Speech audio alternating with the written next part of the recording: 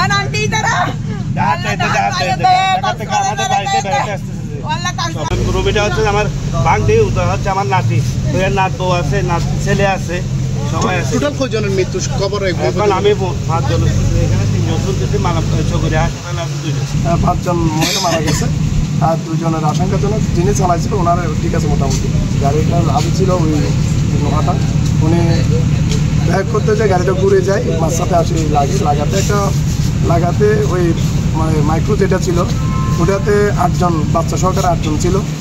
8 জনের মধ্যে মহিলা ছিল 5 জন, পুরুষ বাচ্চা সহকারে 3 জন ছিল। 5 জন মহিলা মারা গেছে আর 2 জনের আশঙ্কাজনক। যিনি চালাইছিল ওনার ঠিক আছে মোটামুটি।